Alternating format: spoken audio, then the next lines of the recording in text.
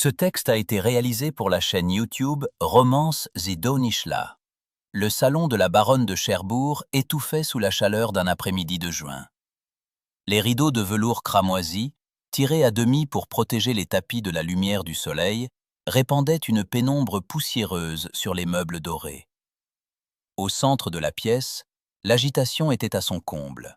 Hortense et Clotilde, les deux filles de la maison, lissaient leurs robes de soie pastel pour la 10e fois, tandis que leur mère inspectait les tasses de porcelaine avec une sévérité militaire. Dans l'angle le plus sombre de la pièce, près de la haute horloge de chêne, Éléonore se tenait immobile, les mains croisées sur sa robe de lin gris. Elle n'avait pas le droit de s'asseoir. Sa présence n'était tolérée que pour une seule tâche, servir le thé lorsque l'invité serait installé, puis s'effacer sans bruit. La baronne se tourna vers elle, le visage crispé par l'anxiété. Elle pointa un doigt ganté vers la joue gauche d'Éléonore, là où une longue marque sinueuse, d'un blanc argenté, rompait la symétrie de son visage. La cicatrice partait de la tempe, frôlait le coin de l'œil et descendait jusqu'à la mâchoire, souvenir indélébile de la nuit où la maison de son enfance avait brûlé. « Penchez la tête vers la droite, Éléonore », ordonna la baronne d'une voix basse et sifflante. « Et tâchez de rester dans l'ombre du buffet. Le duc de Clairvaux est un homme de goût, habitué aux plus belles femmes de la cour. Il n'est pas venu ici pour contempler des ruines. » Hortense laissa échapper un petit rire étouffé derrière son éventail de plumes. « Maman a raison. Si le duc aperçoit ce côté de ton visage, il croira que nous hébergeons un pirate. Déjà que ta robe ressemble à un sac de charbon. » Éléonore ne répondit rien. Elle avait appris depuis longtemps que le silence était sa meilleure armure dans cette maison qu'il avait recueillie par charité après la mort de ses parents. Elle releva simplement le menton, refusant de baisser les yeux. Ce geste de fierté tranquille ne fit qu'agacer davantage sa tante, qui s'apprêtait à lui lancer une nouvelle réprimande quand les portes du salon s'ouvrirent à la volée. Le majordome annonça d'une voix solennelle le duc de Clairvaux. Maxime de Clairvaux entra dans la pièce, et l'atmosphère du salon sembla instantanément se refroidir. Il était grand, vêtu d'un habit de drap noir d'une coupe impeccable qui contrastait avec les froufrous colorés de la pièce. Ses cheveux sombres encadraient un visage aux traits anguleux, presque sévères, et ses yeux d'un bleu d'acier parcoururent l'assemblée avec une indifférence polie. C'était un homme dont on murmurait qu'il avait l'oreille du roi, mais aussi qu'il possédait un cœur de pierre, insensible aux flatteries comme aux larmes. La baronne se précipita au-devant de lui, multipliant les révérences exagérées. « Monsieur le duc, quel honneur insigne pour notre modeste demeure. Laissez-moi vous présenter mes filles, Hortense et Clotilde. Elles attendaient votre venue avec tant d'impatience. » Le duc s'inclina légèrement, saluant les deux jeunes filles qui rivalisaient de battements de cils et de sourires minaudiers. Il prit place sur le fauteuil de brocart que la baronne lui désigna, maintenant une distance glaciale malgré les effusions de ses hôtesses. « Le voyage depuis la capitale s'est-il bien passé, monsieur le duc ?» demanda Clotilde d'une voix flûtée. « On dit les routes si peu sûres pour les hommes de votre importance. »« Les routes sont ce qu'elles sont, mademoiselle, » répondit le duc d'une voix grave et posée. « Les obstacles ne m'ont jamais arrêté. » La baronne fit un signe discret, presque impérieux, en direction d'Éléonore. Celle-ci s'avança vers la table basse, portant le lourd plateau d'argent. Elle veilla à incliner légèrement le visage pour présenter son profil intact, comme on le lui avait ordonné. Ses mains étaient parfaitement stables, alors qu'elle versait le thé brûlant dans la tasse du duc. Cependant, Hortense, jalouse de l'attention que le duc semblait accorder au service plutôt qu'à ses propres paroles, décida de briser ce moment de calme. Elle fit mine de s'agiter pour ajuster sa traîne et heurta volontairement le coude d'Éléonore. Quelques gouttes de thé chaud s'échappèrent de la théière et s'écrasèrent sur le tapis de prix. « Oh mon Dieu !» s'exclama Hortense avec une fausse terreur. « Regardez ce que vous avez fait. Maman, je vous avais dit qu'elle était trop maladroite pour ce genre de service. Mais je suppose qu'avec un œil à moitié tiré par cette affreuse couture, on ne voit pas bien ce que l'on fait. » Le silence qui suivit fut terrible. La baronne devint blême, craignant que cet incident ne gâche l'impression qu'elle voulait donner à leurs prestigieux visiteurs. Elle lança un regard furieux à sa nièce. « Éléonore, demandez pardon et retirez-vous immédiatement dans vos appartements, » ordonna la baronne, la voix tremblante de colère contenue. « Allez cacher votre maladresse. » Éléonore sentit une bouffée de chaleur lui monter aux joues. La honte tenta de la submerger, mais sa fierté fut plus forte. Au lieu de s'excuser et de fuir la tête basse comme on l'attendait d'elle, elle posa lentement la théière sur le plateau. Puis, délibérément, elle se tourna face au duc de Clairvaux. Elle redressa la tête, exposant pleinement sa joue gauche à la lumière crue qui filtrait à travers les rideaux. La cicatrice d'argent brilla sous le jour déclinant. Ses yeux sombres plongèrent directement dans ceux du duc. « Je vous prie de m'excuser pour ce désagrément, monsieur le duc, » dit-elle d'une voix claire, sans trembler. « La maladresse est mienne, bien que les circonstances l'aient un peu aidée. » Hortense retint son souffle, s'attendant à ce que le grand homme d'État exprime son dégoût ou sa colère face à cette insolence. La baronne s'apprêtait à appeler les domestiques pour faire évacuer Éléonore de force. Mais le duc de Clairvaux ne bougea pas. Ses yeux d'acier s'étaient fixés sur le visage d'Éléonore. Il ne regardait pas la tache sur le tapis, ni les cousines qui s'agitaient. Son regard s'attarda sur la ligne argentée qui barrait la tempe de la jeune femme, puis descendit le long de sa joue pour s'ancrer dans ses yeux. Il y eut un silence si dense que l'on pouvait entendre le tic-tac régulier de l'horloge de chêne. Maxime de Clairvaux retira lentement son gant de cuir droit. Il tendit la main vers la tasse qu'Éléonore venait de poser, mais ses doigts effleurèrent volontairement ceux de la jeune femme. Le contact fut bref, mais Éléonore ressentit une secousse étrange, une chaleur inattendue qui lui traversa le bras. « Il n'y a pas de mal, mademoiselle, » dit le duc, sa voix résonnant avec une douceur surprenante qui fit frémir la baronne. « Le thé est excellent, et votre main est bien plus sûre que d'autres dans cette pièce. » Il prit une gorgée, ses yeux ne quittant pas le visage d'Éléonore. Le mépris affiché par Hortense s'éteignit instantanément, remplacé par une stupeur jalouse. La baronne, quant à elle, resta bouche bée, sentant le contrôle de la situation lui échapper complètement. Le duc reposa sa tasse et s'adressa directement à Éléonore, ignorant superbement les deux sœurs qui se tenaient à ses côtés. « Comment vous nommez-vous, mademoiselle ?»« Éléonore de Cherbourg, monsieur le duc, » répondit-elle, surprise par cette attention directe. « Éléonore, » répéta-t-il, comme s'il goûtait le nom. Un beau nom pour une personne qui ne manque pas de courage. Le ton du duc n'admettait aucune réplique. En une fraction de seconde, le rapport de force dans le salon venait de basculer. Éléonore, la parente pauvre et défigurée que l'on cachait dans l'ombre, venait de devenir le centre d'intérêt unique de l'homme le plus puissant de la région. Et alors qu'elle reculait d'un pas pour reprendre sa place, elle vit dans le regard de sa tante une lueur de fureur mêlée d'une soudaine inquiétude. La tranquillité de sa vie de recluse venait de voler en éclats, et elle comprit que le duc de Clairvaux n'en avait pas fini avec elle. Éléonore poussa la lourde porte de chêne de la bibliothèque et se glissa à l'intérieur, refermant le battant derrière elle avec une précaution infinie. Dans cette pièce oubliée du reste de la maisonnée, l'odeur de vieux papier, de cire d'abeille et de cuir usé agit immédiatement sur ses nerfs tendus comme un baume apaisant. C'était son refuge, le seul endroit de la demeure des Cherbourg où la voix criarde de sa tante et les rires moqueurs de ses cousines ne l'atteignaient pas. Elle s'appuya contre le bois de la porte, fermant les yeux pour calmer les battements désordonnés de son cœur. La colère de la baronne allait être terrible. Avoir ainsi bravé l'autorité familiale devant le duc de Clairvaux, avoir refusé de s'humilier et d'aller se cacher, était un crime impardonnable. Elle savait qu'elle paierait cher cette minute d'audace. On la priverait sans doute de repas, ou on redoublerait de corvées pour lui rappeler sa condition de parente pauvre et tolérée. Pourtant, elle ne regrettait rien. Pour la première fois depuis des années, elle avait levé le menton et regardé le monde en face, sans rougir de sa blessure. Un léger froissement de papier à l'autre bout de la pièce la fit sursauter. Éléonore ouvrit les yeux et retint son souffle. Près de la grande fenêtre cintrée, baignée par la lumière dorée de la fin de l'après-midi, Un homme se tenait debout, un volume relié à la main. C'était lui, le duc de Clairvaux. Elle fit un pas en arrière, l'intention de fuir lui traversant l'esprit, mais le grincement d'une lame de parquet trahit sa présence. Le duc tourna lentement la tête. En la reconnaissant, il ne montra aucune surprise.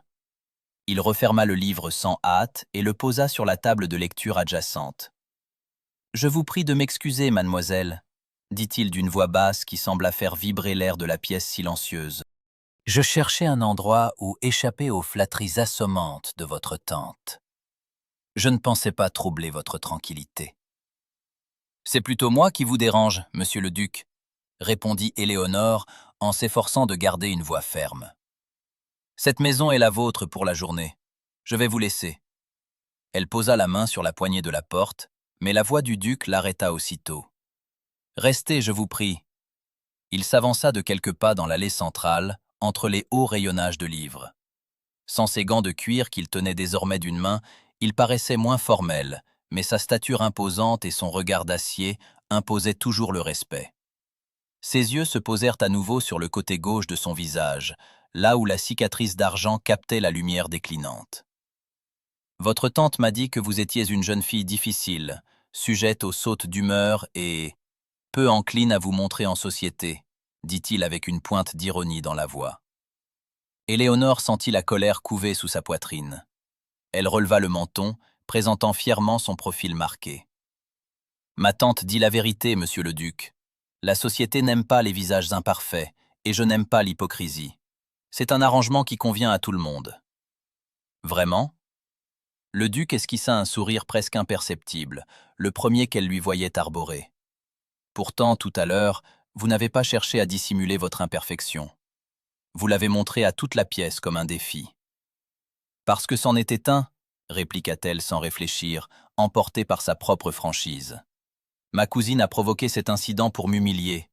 Si j'avais fui la tête basse, je lui aurais donné la victoire. Ma cicatrice est le souvenir d'un incendie où j'ai sauvé mon frère. C'est une marque de vie, pas de honte.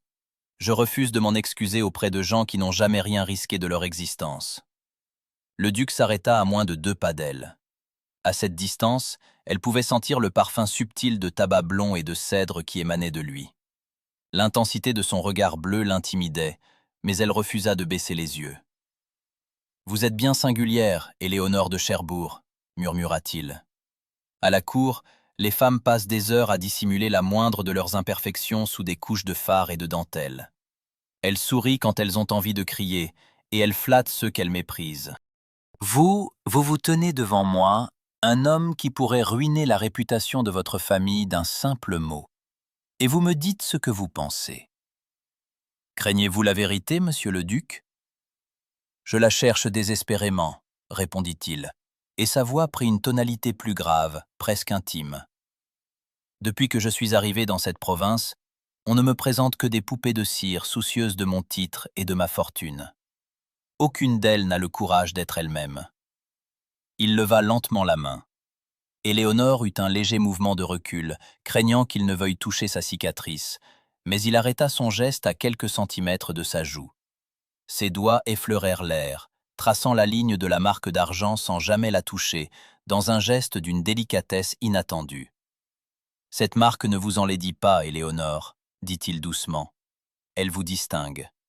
Elle montre que vous possédez une âme capable de bravoure.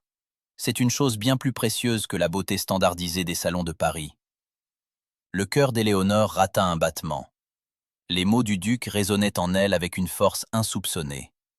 Pour la première fois de sa vie, quelqu'un ne regardait pas sa cicatrice avec pitié ou dégoût, mais avec une forme d'admiration. Le trouble qui s'empara d'elle était si puissant qu'elle en oublia presque sa colère contre sa famille. « Pourquoi me dites-vous cela ?» demanda-t-elle dans un souffle.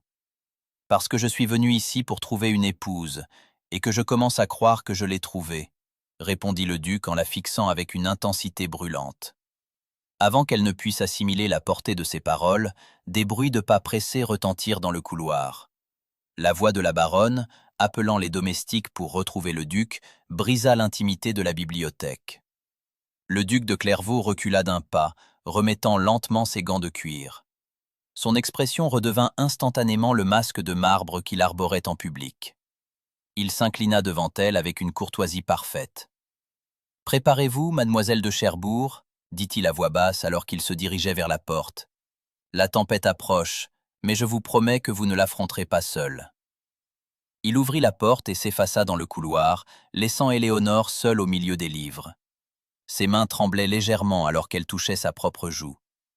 Elle comprit que sa vie venait de changer de trajectoire de manière irréversible. Le duc de Clairvaux venait de la choisir, non pas malgré sa cicatrice, mais pour ce qu'elle représentait, jetant sur elle un regard qui allait redéfinir son destin. Le grand salon de la baronne de Cherbourg n'avait jamais été aussi silencieux, malgré la présence de ses 5 occupants. L'atmosphère était chargée d'une attente presque douloureuse. Hortense et Clotilde se tenaient droites sur le sofa de soie jaune, leur regard fixé sur la porte, le visage figé dans des sourires artificiels qui trahissaient leur immense nervosité.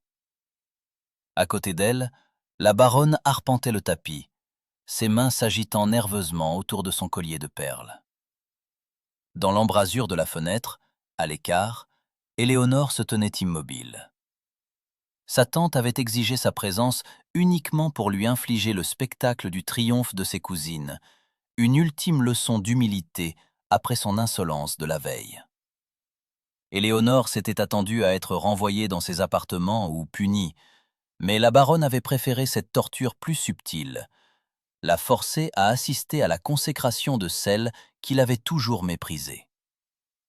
La porte s'ouvrit enfin. Le majordome s'effaça pour laisser entrer le duc de Clairvaux. Aujourd'hui encore, Maxime de Clairvaux portait son habit noir réglementaire, mais ses gants de cuir sombre étaient déjà retirés, tenus d'une main ferme contre sa cuisse. Son visage était un masque d'impassibilité aristocratique. Il salua la baronne d'une inclinaison de tête mesurée, puis tourna son regard vers les 2 sœurs sur le sofa. La baronne s'avança, un sourire triomphant aux lèvres. « Monsieur le duc, nous sommes honorés de votre retour si prompt. Mes filles et moi-même attendions votre sentence avec le respect dû à votre rang. Je sais que le choix est difficile, tant Hortense et Clotilde ont été éduquées dans le seul but de plaire à un homme de votre stature. » Le duc ne répondit pas immédiatement. Il laissa le silence s'installer, un silence qui commença à peser sur les épaules de la baronne.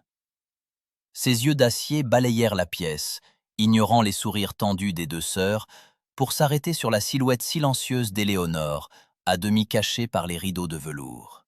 « Ma décision est prise, baronne, » dit enfin le duc, sa voix grave résonnant sous les hauts plafonds. « Je suis venu vous faire part de mon choix. » Hortense retint son souffle, posant une main sur sa poitrine, tandis que Clotilde redressait fièrement le cou. La baronne, presque tremblante d'excitation, joignit les mains. « Vous écoutons, monsieur le duc. Quel que soit l'élu, elle saura se montrer digne de votre illustre nom. » Le duc fit 3 pas en avant, s'éloignant des 2 sœurs. Il tourna le dos au sofa et fit face à l'embrasure de la fenêtre. « Je demande officiellement la main de mademoiselle Éléonore de Cherbourg. » Un sifflement de surprise s'échappa des lèvres de la baronne. Sur le sofa, Hortense et Clotilde restèrent pétrifiées, leur sourire se transformant en grimace d'incompréhension. Pendant quelques secondes, le temps sembla s'arrêter. Éléonore elle-même sentit le sol se dérober sous ses pieds. Elle regarda le duc, persuadée d'avoir mal entendu. La baronne fut la première à retrouver l'usage de la parole, sa voix montant d'un octave dans un mélange de panique et de colère. « Éléonore ? Mais, monsieur le duc, c'est une erreur. Vous faites sans doute confusion de nom. Éléonore n'est qu'une parente pauvre que nous hébergeons par pure charité. Elle n'a aucune dot, aucune éducation mondaine et... » Elle fit un geste vague, mais méprisant vers le visage d'Éléonore. « Regardez-la, mon Dieu, elle est défigurée. Cette affreuse cicatrice sur sa joue est une honte pour notre famille. Elle ne peut pas paraître à la cour. Vos pères se moqueraient de vous. C'est Hortense ou Clotilde que vous devez choisir. Elles sont parfaites, elles sont intactes. Le visage du duc de Clairvaux se durcit. Ses yeux d'acier devinrent d'une froideur polaire alors qu'il fixait la baronne. « Je n'ai pas besoin d'une dot, baronne. Ma fortune dépasse largement celle de votre maison. Et quant à ce que vous osez appeler une défiguration, » il se tourna délibérément vers Éléonore. Devant les regards effarés de la famille, il traversa la pièce d'un pas assuré pour s'arrêter juste devant elle. Sans un mot, avec une lenteur calculée, il prit la main droite d'Éléonore dans la sienne. Sa paume était chaude, forte, et sa prise, bien que ferme, était d'une douceur inattendue.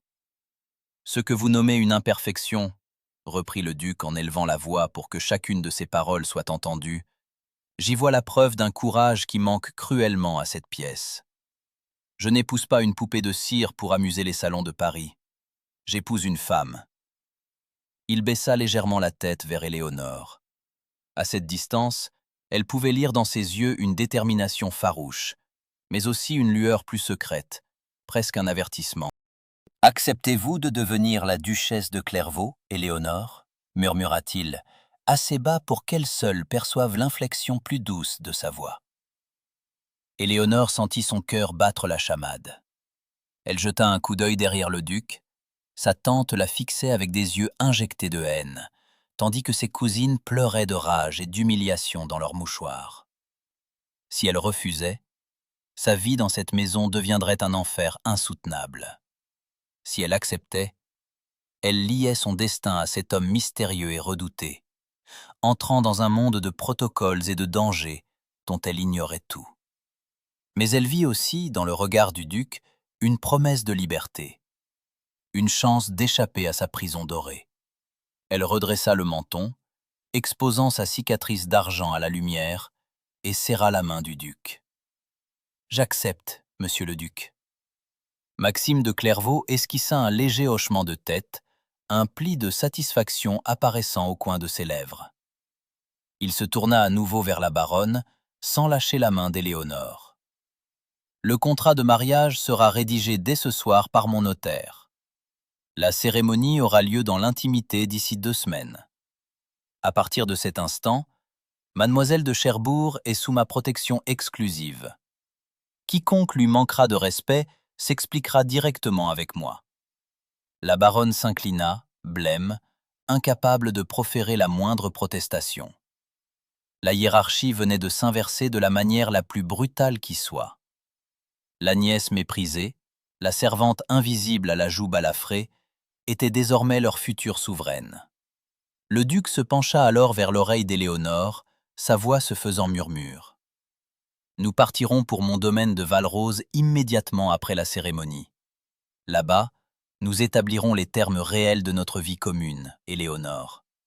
Car vous vous doutez bien que ce mariage comporte des conditions que la société n'a pas besoin de connaître. » Il relâcha sa main, lui adressa un dernier salut courtois et quitta le salon sans un regard pour le reste de la famille. Éléonore resta immobile près de la fenêtre, sa main encore chaude du contact du duc. Elle venait de remporter une victoire éclatante sur ses bourreaux, mais le mystère des paroles du duc laissait présager que sa nouvelle vie de duchesse serait loin d'être un long fleuve tranquille. Le balancement régulier de la berline ducale scandait le silence de la nuit tombante. Derrière les vitres mouillées par une pluie fine, les paysages de la province s'effaçaient rapidement, remplacés par les contours sombres de la forêt de Valrose. Dans l'habitacle capitonné de cuir sombre et de velours bleu profond, l'atmosphère était si dense qu'Éléonore entendait le froissement de sa propre robe de mariée à chaque mouvement de la calèche. Sur son annulaire gauche, l'anneau d'or pur brillait d'un éclat neuf dans la pénombre, étrangement lourd. Quelques heures à peine s'étaient écoulées depuis la cérémonie hâtive et austère célébrée dans la petite chapelle du domaine des Cherbourg. Pas d'invités, pas de banquet, pas de félicitations. Seulement un prêtre intimidé, la fureur contenue de sa tante et le consentement grave donné par le duc. Assis en face d'elle, Maxime de Clairvaux gardait les yeux fixés sur la fenêtre. La lumière d'une lanterne de bord projetait des ombres découpées sur son visage aux traits sévères. Lentement, d'un geste machinal qui lui était propre, il retira ses gants de cuir sombre et les posa sur ses genoux. Il tourna enfin la tête vers elle. « Vous êtes bien silencieuse, madame la duchesse, » dit-il. Sa voix, grave et mesurée, semblait remplir le petit espace de la calèche. Éléonore redressa le dos, refusant de laisser paraître l'épuisement qui lui ouède les paupières. « Je réfléchis à la rapidité avec laquelle ma vie vient de basculer, monsieur le duc. Ce matin encore, j'étais une parente tolérée qu'on cachait dans l'ombre. Ce soir, je porte votre nom. » « Vous portez un titre qui exige beaucoup, » répondit-il en se penchant légèrement en avant, les coudes appuyés sur ses genoux. « C'est précisément pour cette raison qu'il nous faut établir les règles de notre existence avant d'atteindre Valrose. Je ne souhaite aucun malentendu entre nous. » Éléonore le fixa du regard, intriguée malgré elle. « Des règles ? » ?»« Des règles claires, » reprit Maxime d'un ton sans réplique, retrouvant l'inflexibilité de l'homme d'État. « En m'épousant, vous avez obtenu la protection de mon nom, le rang le plus élevé de cette province, et une fortune qui vous abrite à jamais des humiliations de votre famille. En échange, la société attend de vous que vous teniez votre rang avec dignité. » Il fit une pause, son regard d'acier s'attardant un instant sur la cicatrice d'argent qui traversait la joue d'Éléonore. « Mais entre nous, Éléonore, les choses seront différentes. Ce mariage est un arrangement de convenance. Je vous ai choisi parce que vous avez montré une force de caractère que je n'ai trouvée chez aucune autre, et parce que je refusais de me laisser imposer une épouse superficielle par la cour ou par ma mère. Cependant, je ne demande rien de plus. » Éléonore sentit un froid soudain envahir sa poitrine. « Que cherchez-vous à me dire ? À Valrose, vous aurez vos propres appartements, une suite complète à votre entière disposition. Nous prendrons nos repas ensemble lorsque les devoirs du domaine l'exigeront et vous m'accompagnerez dans le monde chaque fois que ma position le rendra nécessaire. En public, je serai le mari le plus attentif et le plus dévoué. Mais en privé, nous mènerons des vies indépendantes. » Il la regarda fixement, s'attendant sans doute à voir poindre des larmes, des protestations, ou au contraire une gratitude servile. « Je ne vous demanderai jamais d'accomplir des devoirs conjugaux que votre cœur rejette, » continua-t-il froidement. « Notre mariage sera platonique. Vous aurez toute liberté de gérer le château, de lire, de vous promener, de vivre sans que personne ne vous impose la moindre contrainte.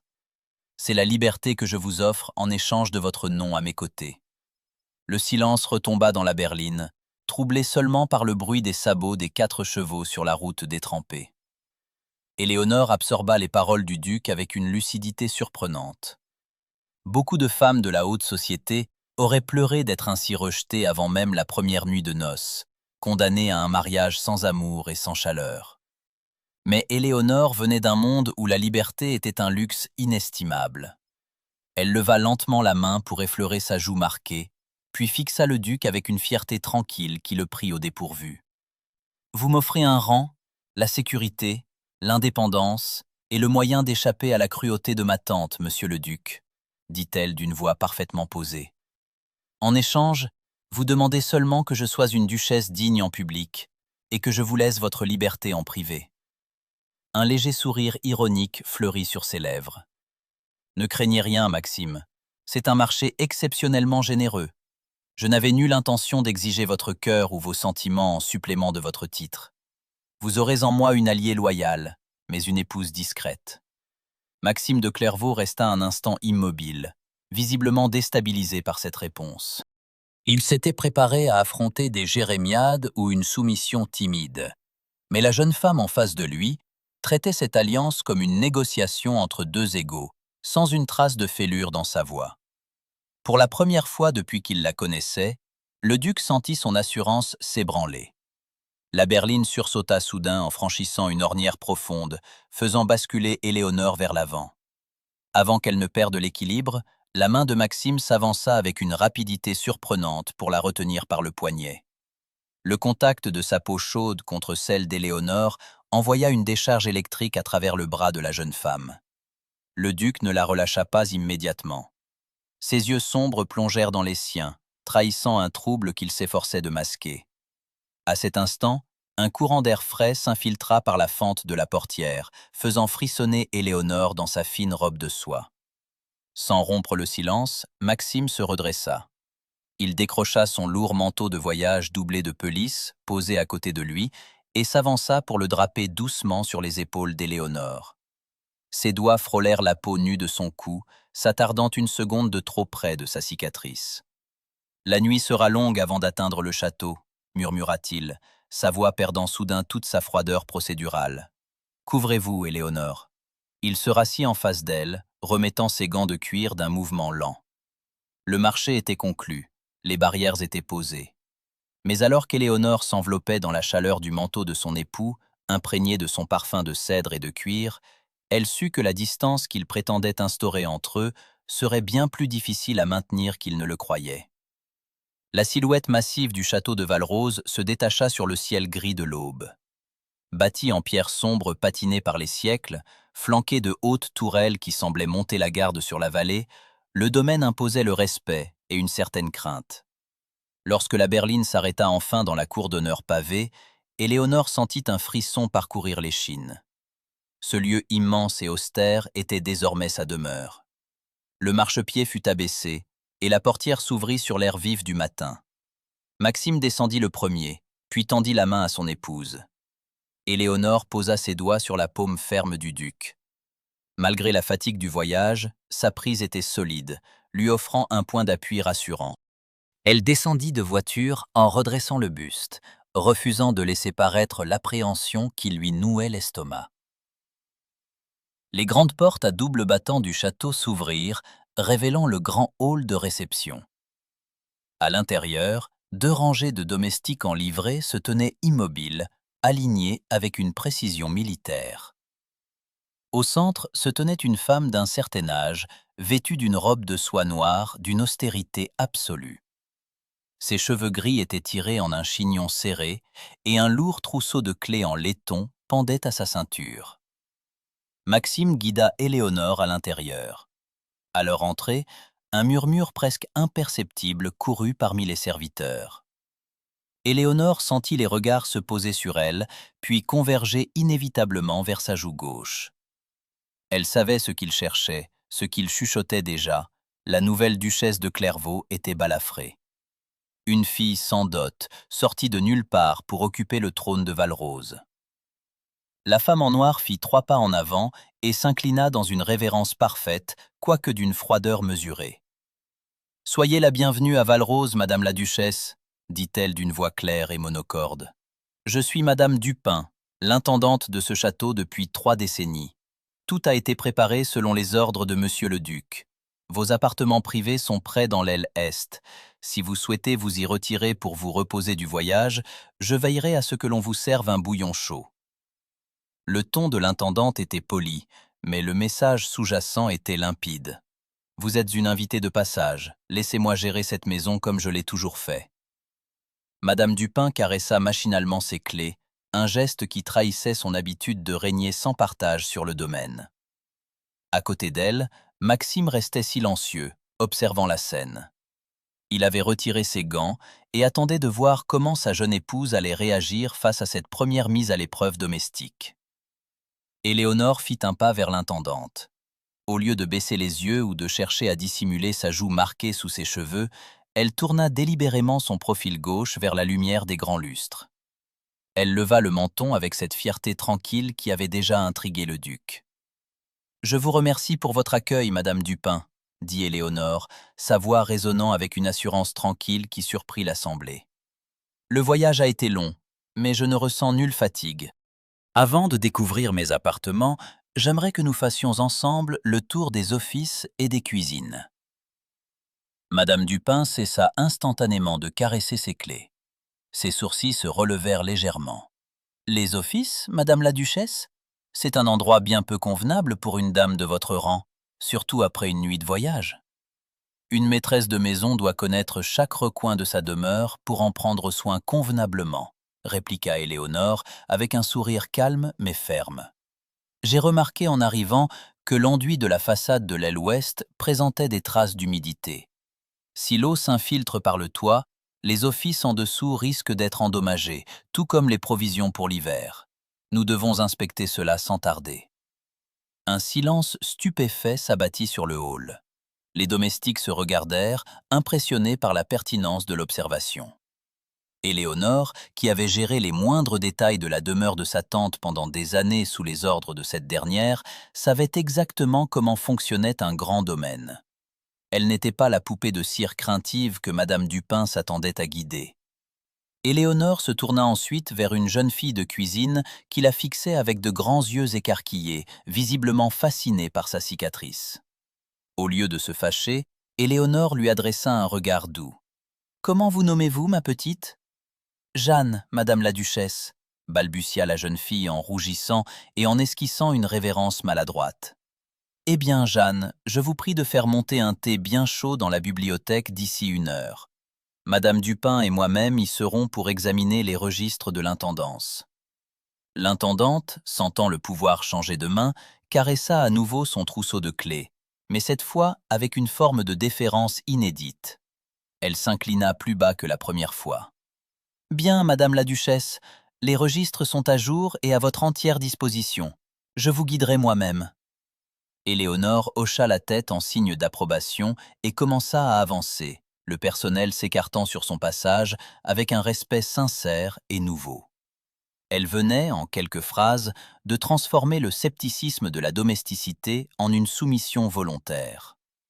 Maxime, qui était resté en retrait, la rejoignit alors qu'elle s'apprêtait à monter le grand escalier de pierre. Il marchait à ses côtés, son visage sévère adouci par une lueur d'amusement et de respect qu'il ne cherchait plus tout à fait à cacher.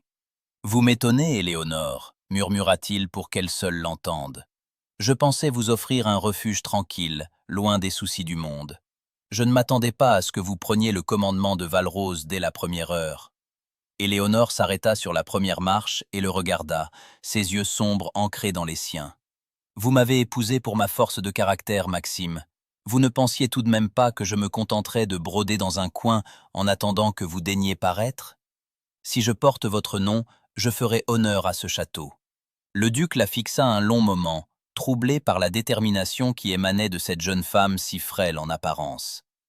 Il réalisa à cet instant que le mariage platonique et distant qu'il avait planifié dans la calèche allait se heurter à la personnalité vibrante d'une épouse qu'il ne pourrait pas ignorer. « Soit, dit-il d'une voix plus douce, un pli de satisfaction au coin des lèvres. Valrose est entre vos mains, Éléonore. Voyons maintenant comment vous gérez son maître. » Il s'inclina légèrement et la laissa monter, mais le regard qu'il posa sur elle alors qu'elle s'éloignait n'avait plus rien de la froideur d'un associé. Le rapport de force au sein du couple venait de glisser, et la conquête de Valrose n'était que le premier pas d'un affrontement intime dont aucun d'eux ne sortirait indemne. La petite salle à manger du premier étage de Valrose offrait un refuge bienvenu contre la fraîcheur de la nuit d'automne. Contrairement à la grande galerie d'apparat, cette pièce était lambrissée de bois chaud et éclairée par la seule lueur d'un feu de cheminée crépitant et de quelques bougies de cire jaune disposées sur une nappe de damas blanc. Les domestiques venaient de se retirer après avoir servi le rôti de venaison, laissant le duc et la duchesse dans une intimité que le protocole n'exigeait pas, mais que le silence de la demeure rendait presque solennelle. Maxime de Clairvaux observait son épouse par-dessus son verre de cristal. Sans son habit de cérémonie, vêtu d'une simple veste de velours sombre déboutonnée au col, il paraissait moins redoutable, bien que ses yeux d'acier conservassent leur acuité habituelle.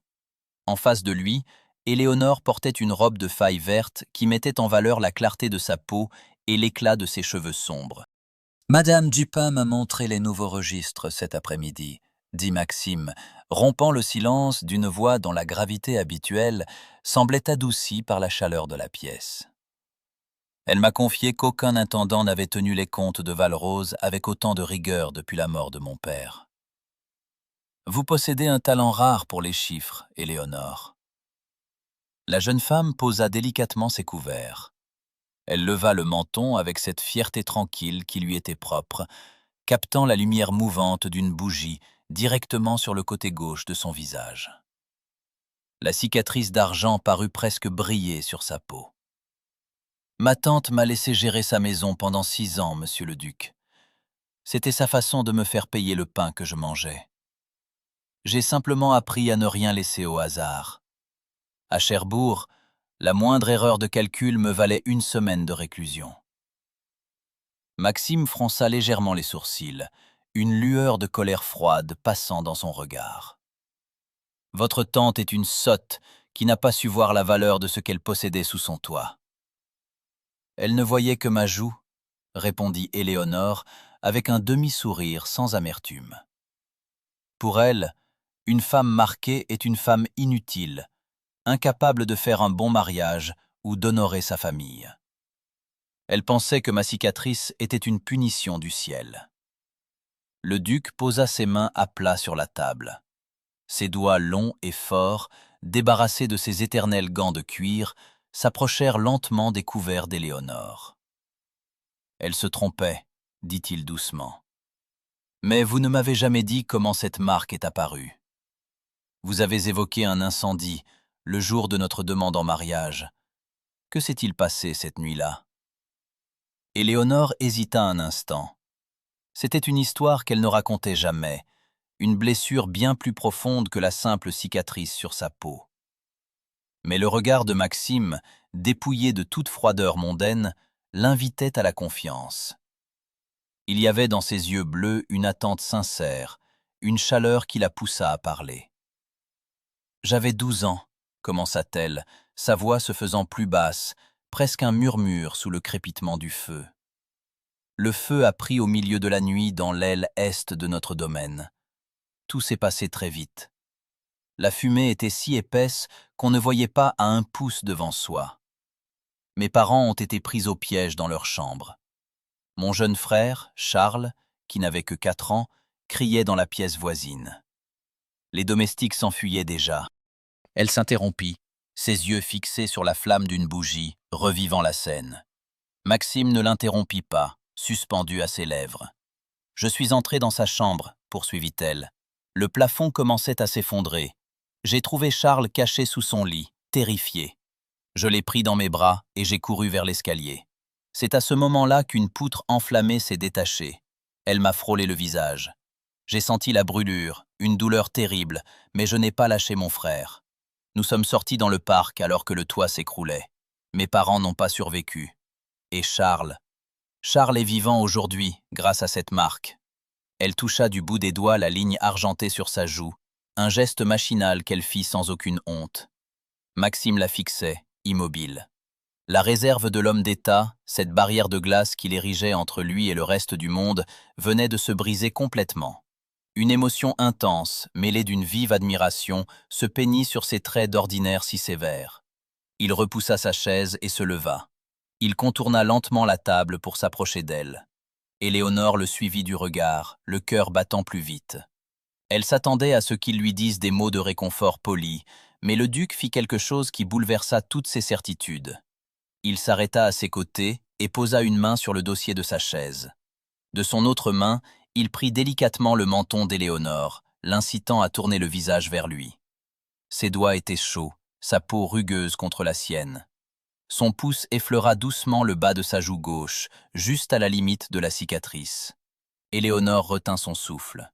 Le contact physique était d'une intensité troublante. Elle vit les yeux bleus de Maxime s'assombrir, fixés sur ses lèvres puis sur ses yeux. « Vous êtes la femme la plus courageuse que j'ai jamais rencontrée, Éléonore, » murmura-t-il, sa voix trahissant un trouble profond. « Votre tante voyait une imperfection. Moi, je ne vois que de l'or.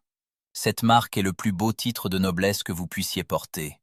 Elle prouve que vous avez donné votre propre chair pour sauver une vie. » Le visage de Maxime s'approcha du sien.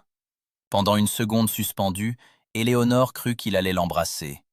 Le parfum de cèdre et de feu de bois qui émanait de lui l'enveloppa tout entière. Son propre corps se tendit vers le sien, répondant à une attraction qu'elle ne pouvait plus nier. Le mariage platonique qu'ils avaient juré dans la calèche semblait soudain une folie, une règle absurde face à la vérité de ce qu'ils éprouvaient à cet instant. Maxime parut prendre conscience de la situation. Ses yeux se fixèrent sur la cicatrice, et avec une infinie délicatesse, il y déposa une caresse du bout du pouce avant de retirer lentement sa main. Il recula d'un pas, reprenant le contrôle de lui-même, mais son souffle était plus court. Pardonnez-moi, dit-il d'une voix légèrement enrouée. Je n'avais pas l'intention de... Vous ne m'avez pas offensé, Maxime, l'interrompit-elle doucement, utilisant son prénom pour la première fois. Il la regarda, surpris, puis un sourire tendre et troublé apparut sur ses lèvres. Il s'inclina légèrement. Bonne nuit, Éléonore. Il quitta la pièce d'un pas rapide, la laissant seule devant l'âtre. Éléonore posa sa main sur sa joue, à l'endroit exact où les doigts du duc s'étaient posés. La chaleur de son contact y demeurait, gravée dans sa peau. Le pacte de distance qu'ils avaient conclu venait de voler en éclats dans le secret de cette salle à manger, et elle savait que leur relation ne serait plus jamais la même. Le vent d'automne faisait tourbillonner les feuilles mortes le long du chemin boueux qui menait aux métairies de Valrose. Éléonore, enveloppée dans son grand manteau de laine verte, marchait d'un pas ferme aux côtés de Maxime. Derrière eux, Monsieur Legrand, l'intendant du domaine, un homme sec au visage pincé, tenait ses registres sous le bras avec une moue de désapprobation évidente. C'était la première fois que la nouvelle duchesse accompagnait son époux pour inspecter les terres, et l'intendant appréciait peu cette intrusion féminine dans ses affaires. Ils s'arrêtèrent devant la chaumière des Martineau. Le toit de chaume menaçait de s'effondrer d'un côté et une fumée maigre s'échappait de la cheminée de pierre. À leur approche, une femme au visage prématurément vieilli sortit sur le seuil, serrant 2 enfants en bas âge contre ses jupes usées. Ses yeux s'agrandirent de terreur en reconnaissant le duc et son intendant. « Monsieur le duc, madame la duchesse !» balbutia-t-elle en esquissant une révérence tremblante. « Martineau ?» dit Legrand d'une voix coupante, sans un regard pour la détresse de la femme. « Où est votre mari ? Le terme de la récolte est dépassé depuis 3 semaines. Vous devez 2 trimestres de fermage au domaine. Si vous ne pouvez payer aujourd'hui, vous devez libérer les terres pour la Saint-Martin. » La femme éclata en sanglots étouffés. « Mon mari est au lit, monsieur l'intendant. La fièvre ne le quitte plus depuis les moissons. Sans lui, nous n'avons pu rentrer que la moitié du grain. Je vous en supplie, accordez-nous un délai. Si vous nous chassez, nous mourrons de faim sur les routes cet hiver. » « Le règlement du domaine est le même pour tous, » répliqua Legrand en ouvrant son registre d'un geste sec. « La clémence n'engendre que la paresse. Monsieur le duc a des charges à assumer. » Éléonore sentit une vague de colère lui monter au cœur. Elle fit un pas en avant, se plaçant entre l'intendant et la malheureuse mère de famille. Elle releva le menton, exposant sa cicatrice d'argent au grand jour. Son regard noir se posa sur Legrand avec une intensité qui fit reculer l'homme d'un pas. « Et depuis quand, monsieur Legrand, la gestion d'un grand domaine se fait-elle sans intelligence ?» demanda-t-elle d'une voix claire qui fit cesser les pleurs de la fermière. « Madame la duchesse, » commença l'intendant outré. « Si vous chassez cette famille aujourd'hui, » poursuivit Éléonore sans lui laisser le temps de répliquer, « qui labourera ces terres pour le printemps ? La chaumière restera vide. Elle tombera en ruine sous la neige, et le domaine perdra non seulement ses arriérés, mais aussi la récolte de l'année prochaine. Est-ce là votre définition d'une bonne gestion ?» Elle se tourna vers la fermière, son regard s'adoucissant instantanément. Elle posa une main douce sur l'épaule de la femme. « Votre mari sera soigné. Je ferai envoyer le médecin du château dès ce soir, ainsi que des provisions pour les enfants. Quant au fermage, il sera suspendu jusqu'au printemps. Vous rembourserez votre dette en fournissant du grain supplémentaire au château lors de la prochaine récolte, lorsque votre époux aura retrouvé ses forces. » Legrand devint rouge de colère. Il se tourna vers Maxime, cherchant un appui auprès de celui qui avait toujours été le garant d'une discipline de fer. « Monsieur le duc, vous ne pouvez laisser... Votre défunt père n'aurait jamais toléré une telle entorse aux règles. Cette femme prend des décisions qui nuisent à vos intérêts financiers. C'est de la pure faiblesse. » Maxime était resté silencieux jusque-là, observant sa femme. Ses yeux d'acier passèrent de la cicatrice d'Éléonore, qui brillait sous la lumière grise du ciel, à l'intendant furieux. Lentement, il retira ses gants de cuir. L'atmosphère devint soudain très lourde. « Monsieur Legrand » dit Maxime, sa voix résonnant avec une autorité tranquille, mais absolue. « Vous oubliez à qui vous vous adressez. Vous parlez à la duchesse de Clairvaux. » L'intendant blêmit. « La décision de mon épouse est la mienne. continua le duc, en faisant un pas pour se placer juste à côté d'Éléonore. Sa logique économique est d'ailleurs bien supérieure à la vôtre. Garder des fermiers fidèles et en bonne santé est le meilleur investissement pour Valrose. Vous appliquerez ces ordres à la lettre, dès aujourd'hui. Et si je vous surprends encore une fois à manquer de respect à la duchesse ou à menacer nos gens sans mon accord, vous chercherez un autre emploi avant le coucher du soleil. Le grand s'inclinant bien bas, les mains tremblantes sur son registre. Bien, monsieur le duc. Vos ordres seront exécutés. Retirez-vous, ordonna Maxime. L'intendant s'éloigna rapidement sur le chemin boueux, la rage visible dans sa démarche. Éléonore savait que cet homme, qui correspondait régulièrement avec la douairière à Paris, ne manquerait pas de rapporter cet incident à la mère du duc, créant un nouveau risque pour sa position. Mais pour l'instant, elle n'en avait cure. Elle se tourna vers Maxime, le cœur battant d'une émotion nouvelle.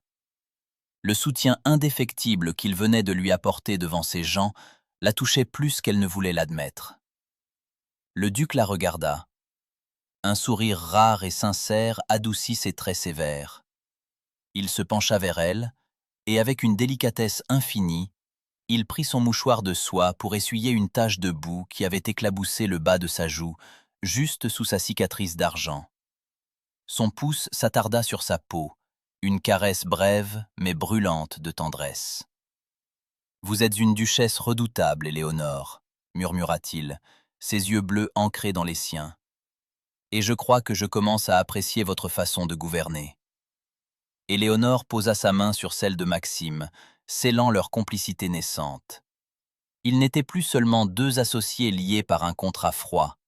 Ils formaient désormais un front uni, prêt à affronter les tempêtes qui s'annonçaient. Mais alors qu'il reprenait le chemin du château, le souvenir de la fureur de Legrand laissa dans l'esprit d'Éléonore la certitude que cette victoire humanitaire allait hâter l'arrivée des véritables menaces sur leur bonheur naissant. Le grand salon en rotonde de Valrose était baigné par la lumière pâle d'un après-midi d'octobre. Assise près de la table de thé, Éléonore écoutait avec un sourire sincère le comte Henri de Varenne, leur plus proche voisin.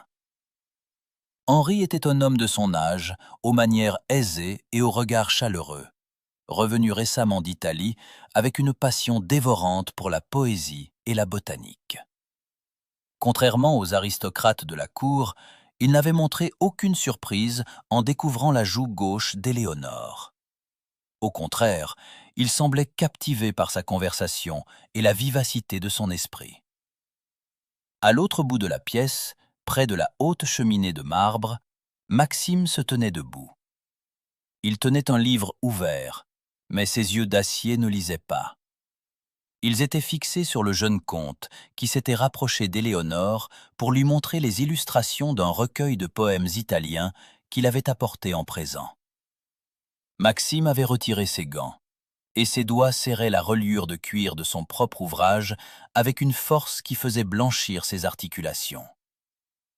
Les poètes florentins ont une manière unique de célébrer la beauté qui survit aux tempêtes, Madame la Duchesse, disait Henri d'une voix mélodieuse, ses yeux plongeant dans ceux d'Éléonore.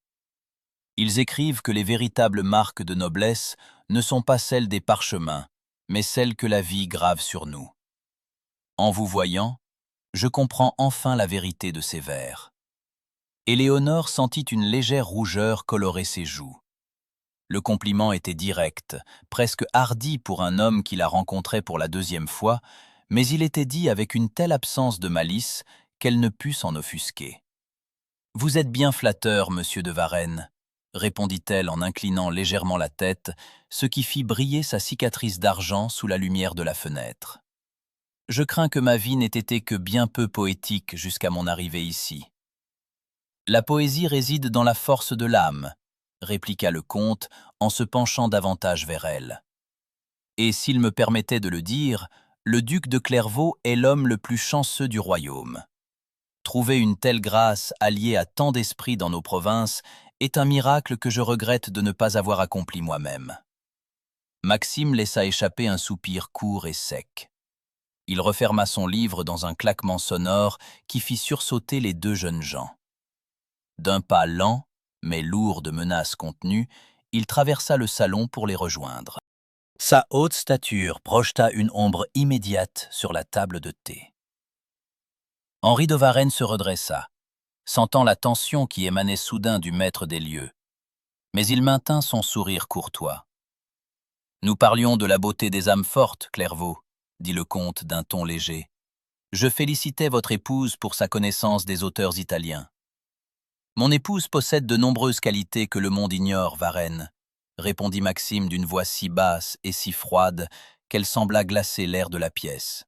« Et je préfère qu'elle reste un secret partagé uniquement entre elle et moi. » Le comte silla, surpris par la rudesse de la réplique.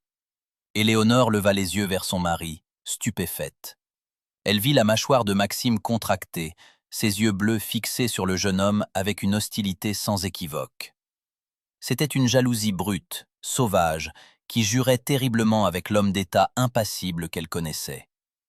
Henri, sentant qu'il avait franchi une ligne invisible, se leva et s'inclina avec élégance. « Je ne voulais aucunement offenser votre sens de la propriété, monsieur le duc. Je venais simplement offrir mes hommages à la duchesse. D'ailleurs, il prit sur la table une rose blanche qu'il avait cueillie dans ses propres serres et qu'il avait posée près de la tasse d'Éléonore. J'espérais que cette fleur lui rappellerait que la beauté fleurit en toute saison. » Il tendit la main pour offrir la rose directement à Éléonore. Mais avant qu'elle ne puisse lever le bras, Maxime s'interposa. D'un geste vif, il saisit la rose par la tige, ignorant les épines qui s'enfoncèrent dans sa paume nue. Ses yeux d'acier ne quittèrent pas ceux du comte. « Mon épouse préfère les fleurs de Valrose, Varenne, » dit Maxime, sa voix vibrant d'une colère contenue. « Et je veillerai personnellement à ce qu'elle n'en manque jamais. Je vous remercie pour votre visite. Mon intendant va vous raccompagner. » Le message était clair. C'était un congé forcé. Le comte de Varenne salua Éléonore d'un regard désolé, puis s'inclina devant le duc avant de quitter le salon d'un pas rapide. Dès que la porte se referma, un silence lourd s'établit entre le duc et la duchesse. Éléonore se leva à son tour, le cœur battant d'une émotion complexe, mêlée de surprise et d'une étrange excitation. Elle regarda la main de Maxime.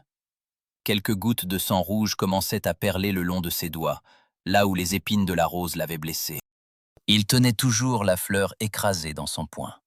« Maxime, vous saignez, » dit-elle doucement en s'approchant de lui. Elle prit sa main blessée entre ses doigts fins. Le duc ne recula pas. Sa peau était brûlante. Éléonore sortit son mouchoir de dentelle et commença à essuyer délicatement les petites perles de sang sur sa paume. « Pourquoi avez-vous fait cela ?» demanda-t-elle sans lever les yeux, concentrée sur son geste. Le comte de Varenne n'était que courtois. « Il vous regardait comme si vous étiez une conquête possible, » répondit Maxime, et sa voix n'avait plus rien de sa froideur habituelle. Elle était rauque, trahissant un trouble profond. Il parlait de votre cicatrice, de votre esprit. Il n'a aucun droit sur vous.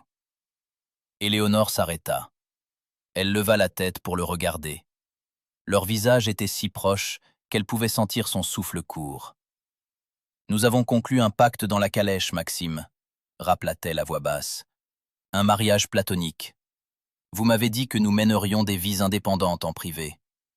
Pourquoi vous souciez-vous de la façon dont un voisin me regarde ?» Maxime serra les doigts autour du mouchoir d'Éléonore, emprisonnant sa main dans la sienne. Ses yeux bleus plongèrent dans les siens avec une intensité qui lui coupa le souffle.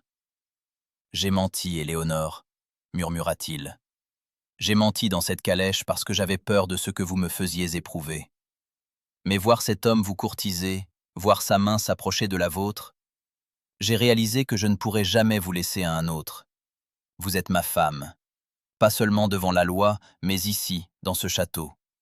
Et je refuse que quiconque d'autre que moi cherche à lire dans votre âme. » Il fit un pas de plus, brisant la dernière distance entre eux. Sa main libre s'éleva pour se poser sur la joue gauche d'Éléonore, ses doigts effleurant la cicatrice d'argent avec une possessivité farouche, mais d'une infinie tendresse. Éléonore sentit ses genoux faiblir sous la force de cette déclaration muette. Le pacte de convenance venait de mourir définitivement dans ce salon. Mais alors qu'elle s'apprêtait à répondre, le bruit d'une calèche entrant à toute allure dans la cour d'honneur retentit à travers les vitres. Maxime se détendit lentement, tournant la tête vers la fenêtre. Son visage reprit instantanément sa sévérité habituelle, mais Éléonore vit la trace de sa blessure sur sa paume. Elle comprit que leur secret n'était plus seulement le leur. Le monde extérieur venait frapper à leur porte. Et la jalousie du duc venait de poser un jalon qui rendrait toute dissimulation impossible devant les tempêtes à venir. Le fracas des roues sur les pavés de la cour d'honneur venait à peine de s'éteindre que les portes du grand hall de Valrose s'ouvrirent à la volée, balayées par un courant d'air glacial. Éléonore et Maxime, encore troublés par l'intensité de leur échange dans le salon, descendirent rapidement le grand escalier. Dans le hall, Madame Dupin se tenait déjà droite, son trousseau de clés serré dans son poing, avec une nervosité visible. Deux femmes venaient de franchir le seuil. La première, drapée dans une robe de velours noir rehaussée de dentelles sombres, avançait avec la majesté impitoyable d'une reine en reconquête. C'était la douairière Louise de Clairvaux, la mère de Maxime. À ses côtés, vêtue d'une tenue de voyage en soie bleu de roi bordée de fourrure d'hermine, se tenait mademoiselle Clara de Voisin. Clara, la beauté acclamée de la capitale, promenait sur les voûtes du château un regard empreint d'une assurance triomphante. Le claquement sec et rythmé d'un éventail en écailles de tortue résonna dans le hall. La douairière venait de refermer son objet avec une sévérité cassante. « Ainsi, voici donc le théâtre de ta folie, Maxime ?» déclara la douairière d'une voix perçante qui fit tressaillir les domestiques alignés le long des murs. « Tu as déserté la cour, ignoré mes lettres, et tout cela pour te réfugier dans ce vieux manoir avec cette personne. » Son regard noir et scrutateur se posa immédiatement sur Éléonore. Il ne s'arrêta ni sur sa robe verte, ni sur la posture noble de la jeune femme, mais se fixa avec une répulsion mal dissimulée sur le côté gauche de son visage. Clara de Voisin s'avança à la suite de la mère de Maxime. Elle laissa échapper son rire cristallin et musical, ce rire célèbre dans tous les salons parisiens, mais qui sonnait ici comme une moquerie déplacée.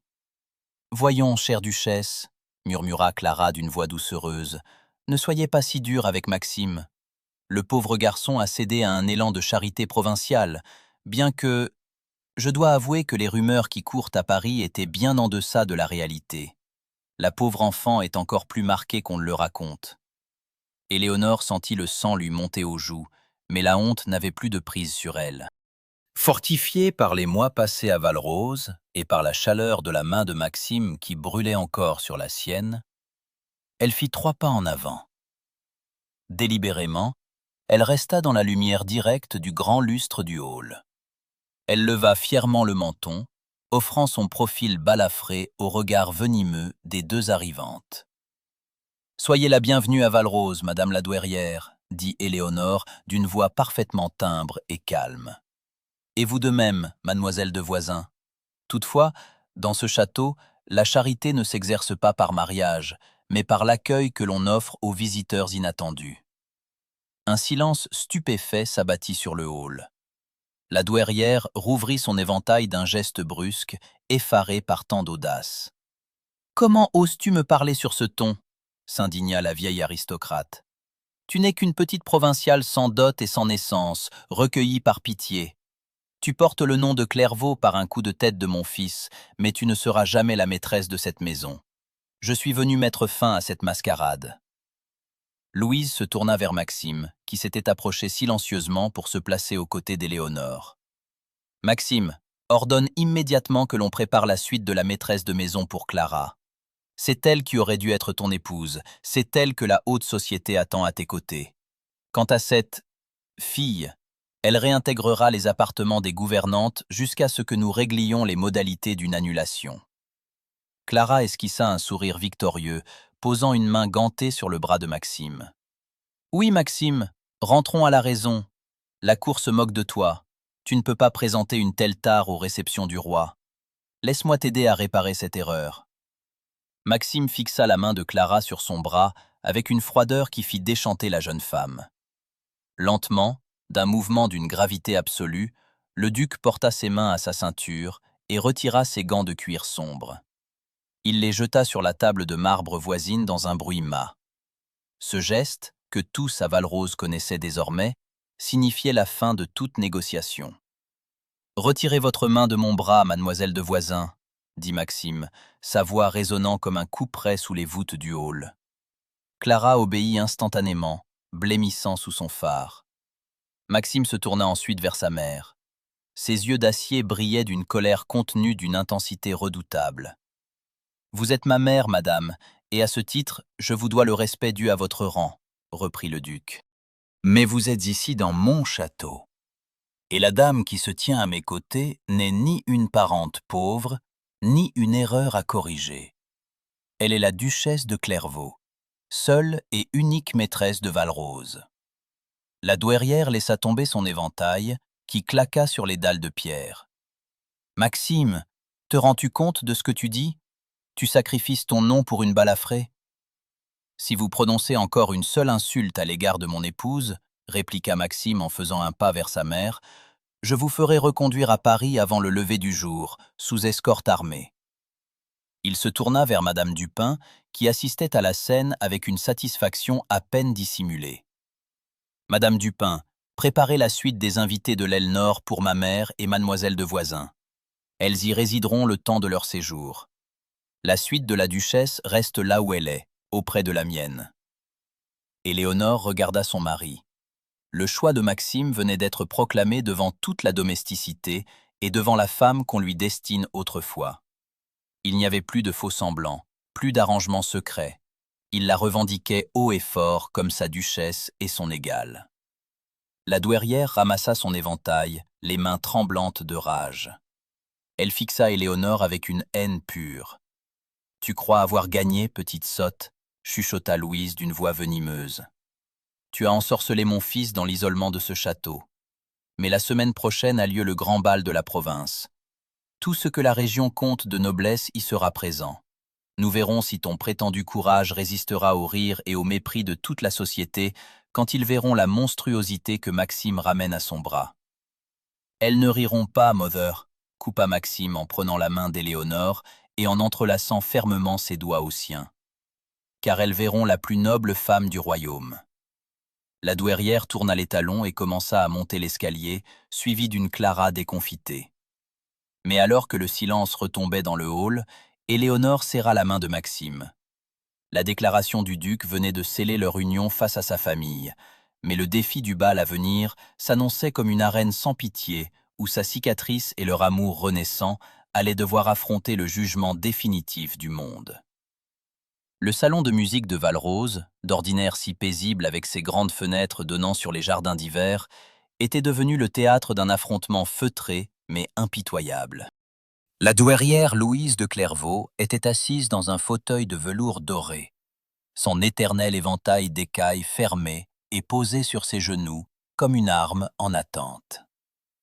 À ses côtés, Clara de Voisin feuilletait une revue de mode parisienne avec une indifférence affectée, bien que ses yeux brillent d'une curiosité malveillante. De l'autre côté de la table de marbre, Éléonore se tenait droite, tandis que Maxime se tenait debout derrière elle, une main posée sur le dossier de sa chaise. Cette proximité physique, désormais naturelle entre le duc et la duchesse, n'avait pas échappé à la douairière, dont le front se plissait de mécontentement à chaque fois qu'elle la remarquait. « La tradition des Clairvaux n'est pas négociable, Maxime », déclara la douairière d'une voix coupante qui brisa le silence de la pièce.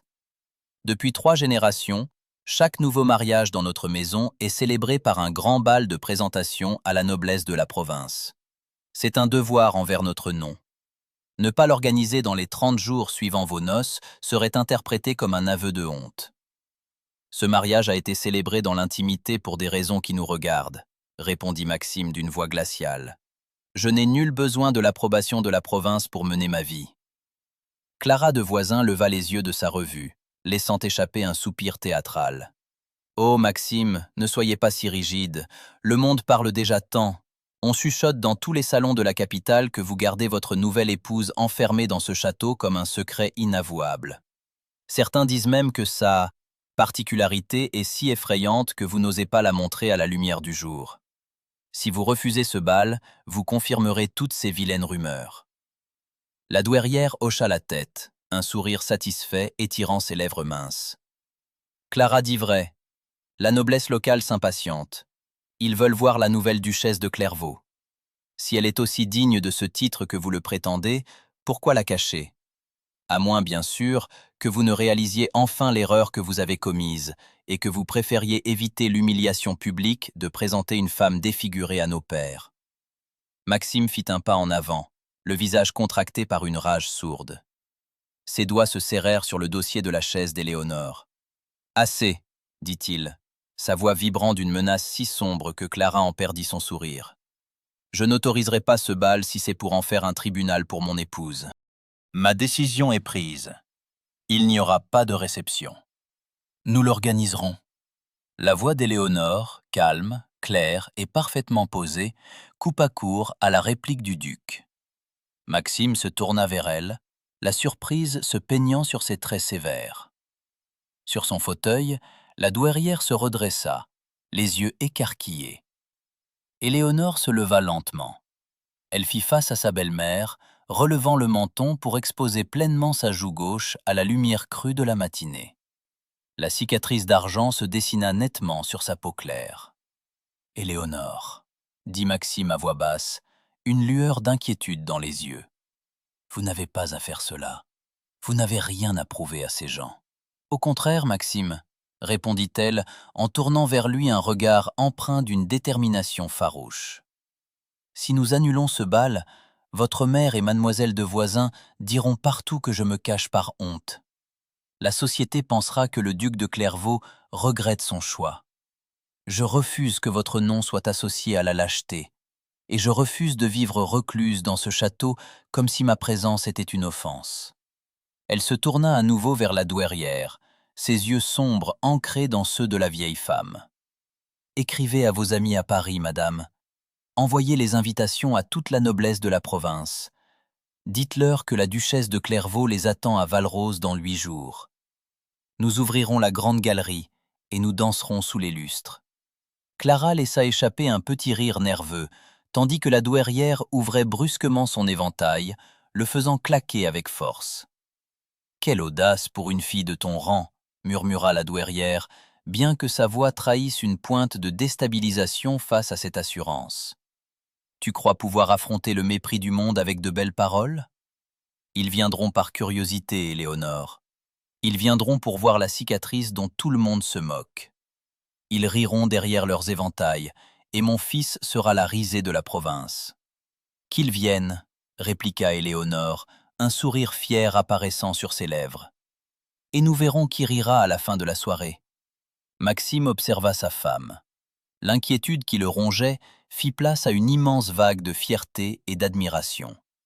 Cette jeune femme, qu'il avait cru devoir protéger de la cruauté du monde, se dressait comme un bouclier devant sa propre famille, prête à transformer un piège social en un champ de bataille qu'elle comptait bien remporter. Le duc fit un pas pour se placer juste à côté d'elle. Il prit sa main droite, croisant fermement ses doigts avec les siens devant les regards dépités de sa mère et de Clara. « Vous avez entendu la duchesse ?» dit Maxime, sa voix résonnant avec une autorité royale. « Le bal aura lieu dans 8 jours. Madame Dupin va commencer les préparatifs dès cet après-midi. Et je veillerai personnellement à ce que cette réception soit la plus somptueuse que Valrose ait jamais connue. » La douairière se leva à son tour, le visage blême de colère. « Soit, » dit-elle d'une voix venimeuse. « Vous avez voulu ce défi. Ne venez pas pleurer lorsque le miroir de vos illusions se brisera devant toute la province. » Elle quitta la pièce d'un pas rapide, suivie de près par Clara, qui ne put s'empêcher de lancer un dernier regard de triomphe contenu à Éléonore. Dès que la porte se referma, Maxime se tourna vers Éléonore. Il prit ses 2 mains dans les siennes, son regard bleu d'acier adouci par une émotion intense. « C'est un jeu dangereux, Éléonore, » murmura-t-il, ses pouces caressant doucement le dos de ses mains. « Ma mère et Clara vont tout faire pour vous humilier. La noblesse peut être d'une cruauté sans limite pour ce qu'elle ne comprend pas. »« Je le sais, Maxime, » répondit-elle doucement, en plongeant ses yeux dans les siens. Mais je n'ai plus peur. Pas depuis que je sais que vous vous tenez à mes côtés. Le duc se pencha légèrement, son front venant effleurer le sien dans un geste d'une tendresse infinie qui scella leur pacte de guerre.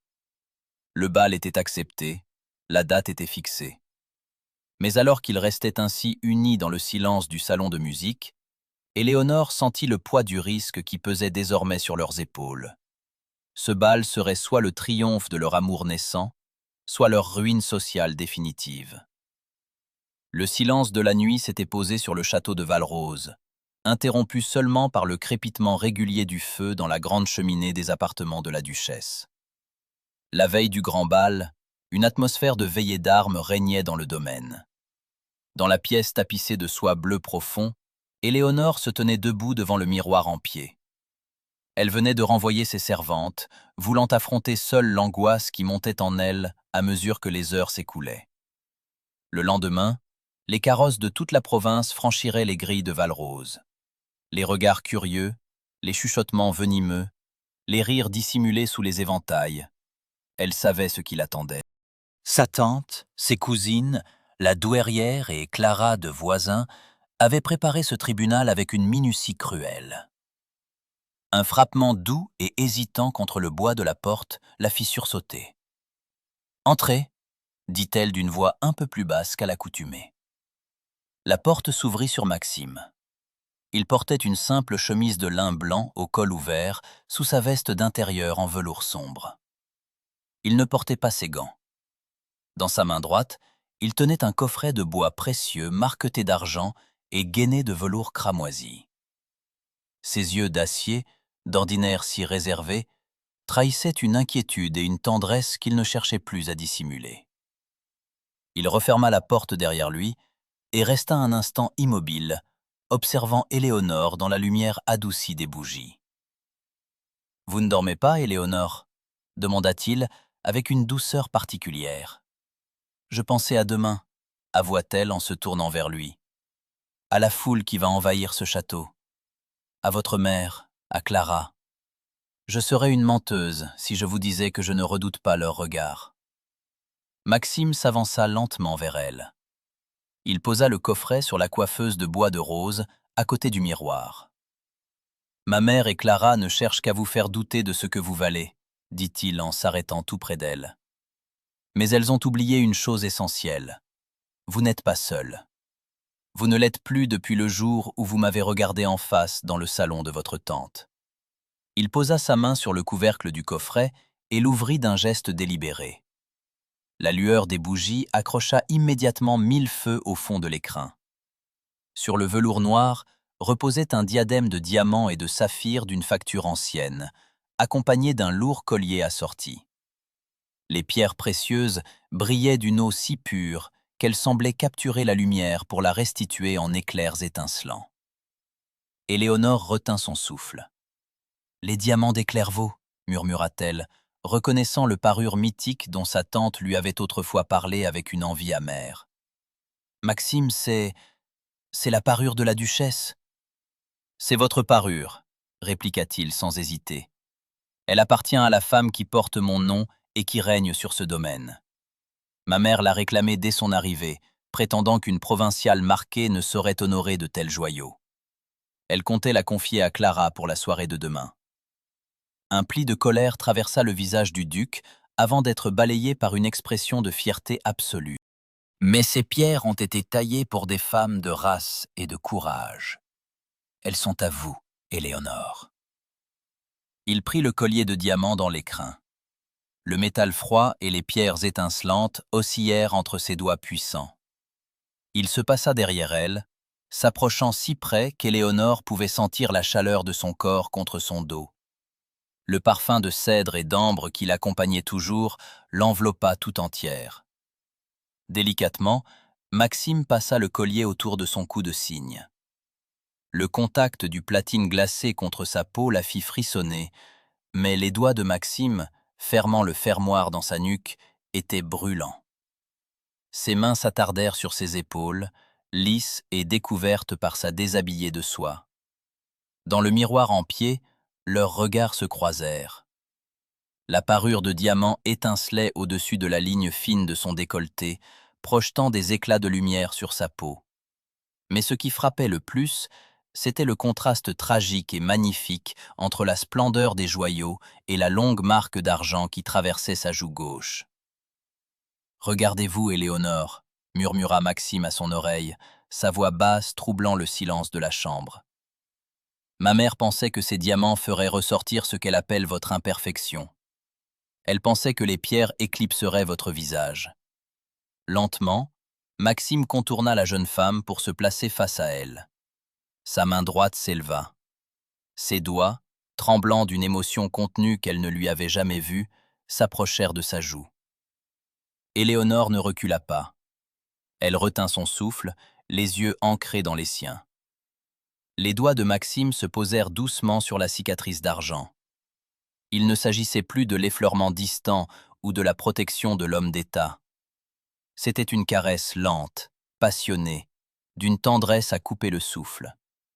Son pouce suivit la ligne de la marque, de la tempe jusqu'au coin de sa bouche, traçant avec dévotion ce contour que le monde jugeait imparfait. « Les diamants ne sont que du verre à côté de vous, » dit-il, la voix enrouée par un trouble saisissant. « Cette cicatrice est ce que vous avez de plus beau. Elle raconte votre histoire, votre noblesse, votre lumière. Demain, vous ne porterez pas ces bijoux comme un masque, mais comme une couronnement. Et quiconque osera rire de votre profil devra d'abord m'arracher mon titre et ma vie. » Éléonore sentit une larme de chaleur sourdre au coin de son œil, mais ce n'était pas une larme de souffrance. C'était l'inondation d'un sentiment si pur et si puissant qu'il balayait toutes ces années de réclusion et de honte. Elle posa sa propre main sur celle de Maxime, pressant les doigts du duc contre sa cicatrice. « Maxime, » murmura-t-elle, son cœur battant une sarabande affolée dans sa poitrine. « Je vous aime, Éléonore, » dit-il simplement, les yeux d'un bleu brûlant fixés sur les siens. « Je ne l'ai pas compris le jour de notre mariage, mais je le sais ce soir avec une certitude absolue. Je vous aime avec votre force, votre fierté, et cette marque d'argent que je chéris plus que ma propre existence. » Les mots restèrent suspendus dans l'air chaud de la pièce, irrévocables. La barrière entre eux était définitivement brisée. Éléonore comprit que le contrat platonique n'existait plus depuis longtemps dans le cœur de cet homme et qu'il n'existait plus dans le sien. Elle se tendit vers lui, ses doigts s'agrippant au velours de sa veste, tandis qu'il resserrait son étreinte autour de sa taille, l'attirant contre lui dans un geste protecteur et passionné. Demain, le monde entier viendrait juger la duchesse balafrée. Mais ce soir, dans la pénombre de ses appartements, investie des joyaux ancestraux et de l'amour avoué du duc de Clairvaux, Éléonore savait qu'elle ne marchait plus vers une arène d'humiliation, mais vers le théâtre de leur triomphe. La grande galerie des glaces du château de Valrose étincelait sous la lumière de 1000 bougies suspendues aux imposants lustres de cristal. La noblesse de toute la province, parée de ses plus beaux atours de soie et de velours, se pressait dans la salle de bal. L'orchestre jouait une valse entraînante, mais l'attention de l'assemblée n'était pas tournée vers la musique. Dès leur entrée, le duc et la duchesse de Clairvaux avaient captivé tous les regards. Éléonore avançait au bras de son époux avec une grâce souveraine. La parure de diamant et de saphir qu'elle portait scintillait à son cou et sur son diadème, reflétant les feux des lustres. Sa robe de brocart bleu nuit soulignait la blancheur de sa peau. Mais ce qui frappait le plus la foule, c'était la sérénité impressionnante avec laquelle elle portait la cicatrice d'argent sur sa joue gauche. Maxime, vêtu d'un habit noir galonné d'argent, tenait fermement la main de son épouse, ses yeux d'acier balayant la pièce pour défier quiconque oserait manquer de respect à la duchesse. Pendant la première heure de la réception, la dignité du couple avait imposé un silence respectueux, voire une admiration réticente chez les invités. Les murmures malveillants s'étaient tus sous la prestance d'Éléonore et le regard menaçant du duc. Assise sur un fauteuil surélevé à l'extrémité de la salle, la douairière Louise de Clairvaux observait le triomphe de sa belle-fille avec une fureur contenue, son éventail d'écailles s'agitant à un rythme effréné. À ses côtés, Clara de Voisin, vêtue d'une robe de soie rose brodée d'or qui rivalisait de magnificence, serrait les poings. Son rire habituel s'était éteint, remplacé par une jalousie dévorante en voyant la parure ancestrale des Clairvaux briller sur cette femme qu'elle méprisait. « Regardez-les » chuchota Clara à l'oreille de la douairière, sa voix empoisonnée par la rancœur. « Ils la regardent comme s'il s'agissait de la reine de France. Les diamants de votre famille, portés par cette fille marquée, c'est une insulte à votre mémoire, madame. » « Ne réjouis pas trop vite, Clara, » répliqua la douairière en arrêtant net le mouvement de son éventail. « Le bal ne fait que commencer, et la province a la mémoire longue pour ce qui est des imperfections. » La musique s'interrompit pour laisser place à un intermède. Maxime fut appelé à l'autre bout de la galerie par le gouverneur de la province pour une question urgente de protocole. Il hésita, ne voulant pas laisser Éléonore seule, mais elle lui adressa un sourire confiant et un léger hochement de tête pour le rassurer. « Ne tardez pas, Maxime, » murmura-t-elle doucement. « Je reviens immédiatement, » répondit-il en lui pressant la main avant de s'éloigner à regret. C'est l'instant exact que Clara de Voisin attendait. Glissant à travers la foule avec l'élégance d'un serpent, Clara s'approcha d'Éléonore qui se tenait près du grand miroir central. Plusieurs dames de la haute société s'étaient rassemblées autour d'elle, curieuses d'observer la scène qui s'annonçait. « Ma chère duchesse, » commença Clara d'une voix portée, assez haute pour attirer l'attention des invités alentours. « Quelle soirée splendide! Mais dites-moi, n'avez-vous pas l'impression que la chaleur de cette salle altère votre teint ?» Éléonore se tourna vers elle, gardant un visage impassible. « La soirée est parfaite, mademoiselle de Voisin, et l'accueil de nos invités est des plus chaleureux. » « Chaleureux? Vraiment ?» Clara laissa échapper son rire cristallin, un rire faussement affectueux qui fit se retourner des dizaines de personnes. « Vous êtes bien naïve, ma chère, ils viennent tous voir la merveille, ou plutôt le prodige que Maxime a ramené de sa campagne. » Avant qu'Éléonore ne puisse répliquer ou s'éloigner, Clara fit un mouvement brusque et calculé. Feignant un faux pas sur la traîne de sa propre robe, elle se jeta en avant vers Éléonore. Dans sa chute simulée, sa main gantée s'accrocha délibérément au diadème de diamant et au voile de dentelle qu'Éléonore portait fixé dans ses cheveux. Le geste fut d'une violence précise. Le diadème fut arraché de la coiffure d'Éléonore, entraînant avec lui les épingles de chèvrefeuille et le voile qui masquait légèrement le côté gauche de son visage. Le bijou de famille tomba sur les dalles de marbre dans un choc métallique retentissant, roulant à quelques pas de là. Dans le même temps, les cheveux sombres d'Éléonore se dénouèrent d'un côté, se rejetant en arrière et découvrant entièrement sa joue gauche. Sous la lumière violente des centaines de bougies, la cicatrice d'argent apparut dans toute sa longueur, crue, visible, offerte sans la moindre protection au regard de la foule. Un hoquet de surprise collectif parcourut la grande galerie. Le silence s'abattit sur la salle de bal, plus lourd et plus étouffant que jamais. Clara se redressa instantanément, sans une égratignure. Elle porta une main à sa bouche dans un geste de fausse consternation théâtrale. « Oh mon Dieu !» s'exclama Clara d'une voix perçante qui résonna jusqu'aux voûtes de la galerie. « Quel effroyable accident! Ma chère Éléonore, je vous demande 1000 pardons. Je voulais simplement vous éviter de tomber, mais voyez ce que j'ai fait. Votre coiffure, votre pauvre visage !» Elle fit un pas en arrière, désignant du doigt la joue marquée d'Éléonore avec une pitié insultante. « Regardez tous, mon Dieu, la marque est encore plus profonde de près. Comment Maxime a-t-il pu vous exposer à une telle lumière? C'est une vision bien cruelle pour nos invités. » Des murmures étouffés commencèrent à s'élever parmi la foule. Derrière leurs éventails, des baronnies et des comtesses échangeaient des coups d'œil complices. Quelques jeunes aristocrates laissèrent échapper des rires moqueurs et discrets. Le mépris, si longtemps réprimé par la présence du duc, libérait sa venimeuse ironie. La belle société parisienne et provinciale retrouvait ses réflexes. On se moquait ouvertement de la joue balafrée de la duchesse de Clairvaux. Éléonore se retrouva seule, isolée au centre exact de la piste de danse, sous le regard de 200 personnes qui la fixaient avec une curiosité cruelle. Le diadème de diamant gémissait au sol, et son profil marqué était exposé à la moquerie générale. Elle sentit la brûlure de la honte tenter d'envahir son cou. Son cœur battait comme un tambour affolé dans sa poitrine.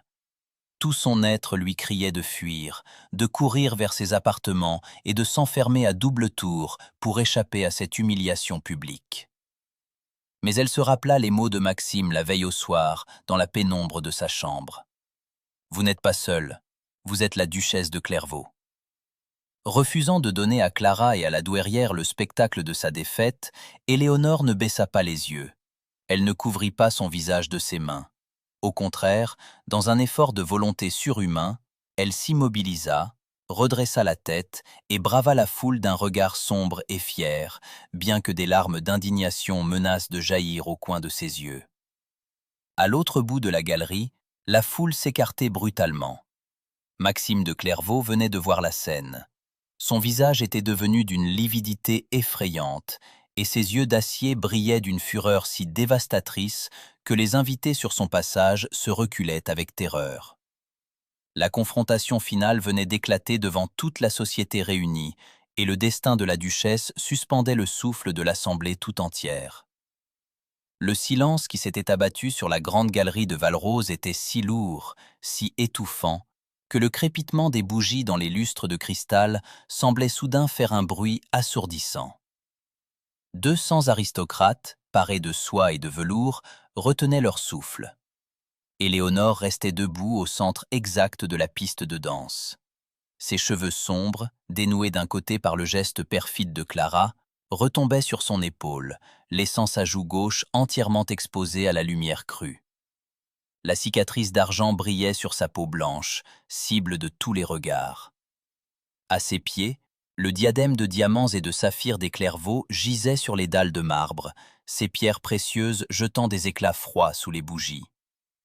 Clara de Voisin, debout à 2 pas d'elle, arborait toujours son expression de fausse consternation, bien que ses yeux brillent d'une joie cruelle.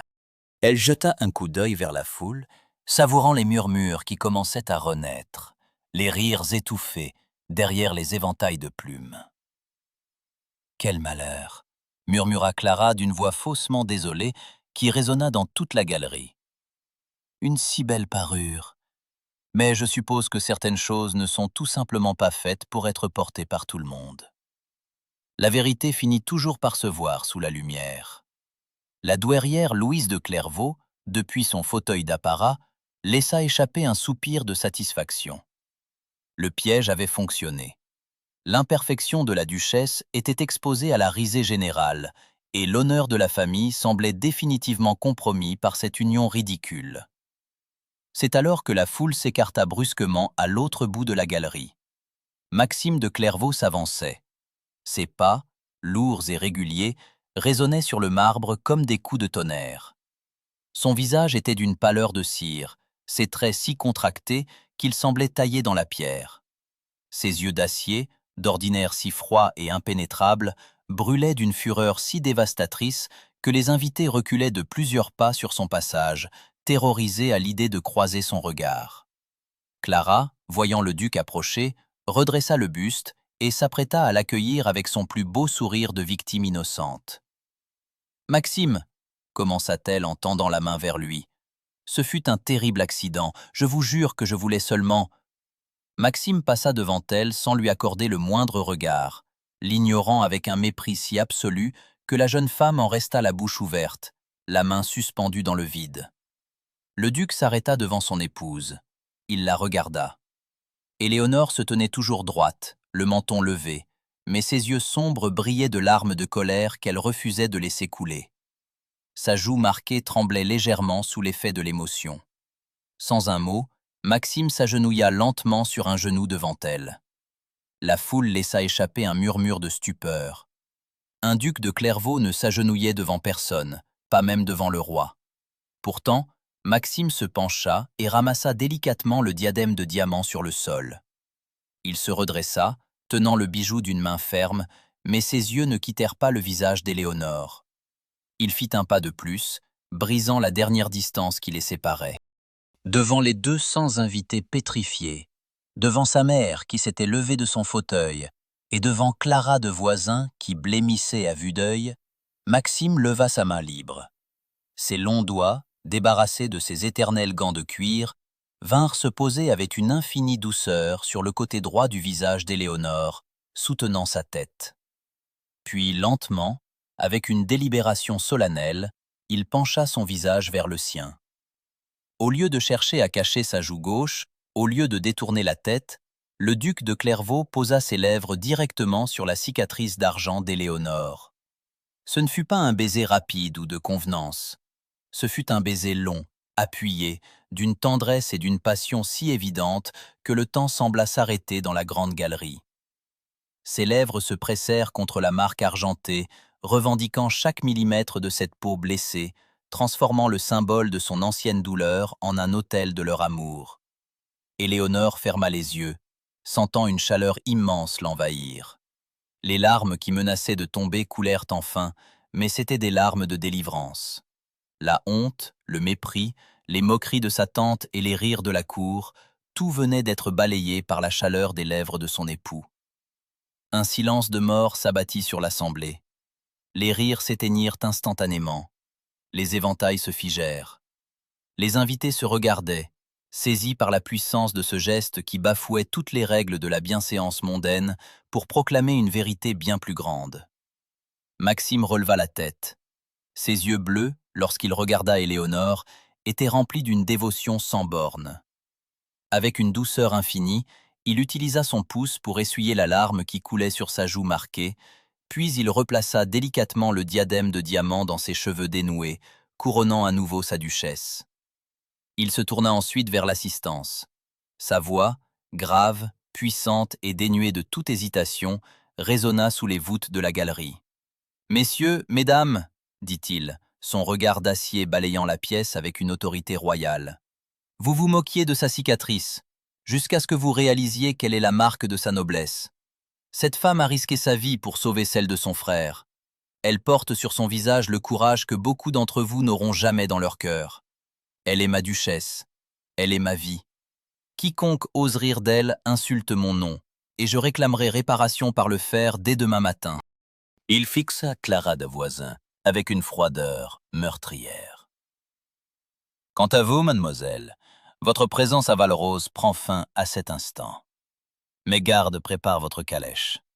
Vous quitterez ce domaine avant la prochaine heure. » Clara laissa échapper un hoquet d'effroi. Elle se tourna vers la douairière pour chercher de l'aide, mais la mère du duc s'était rassise, le visage blême et les mains tremblantes sur son éventail refermé. Louise de Clairvaux savait qu'elle venait de perdre la partie.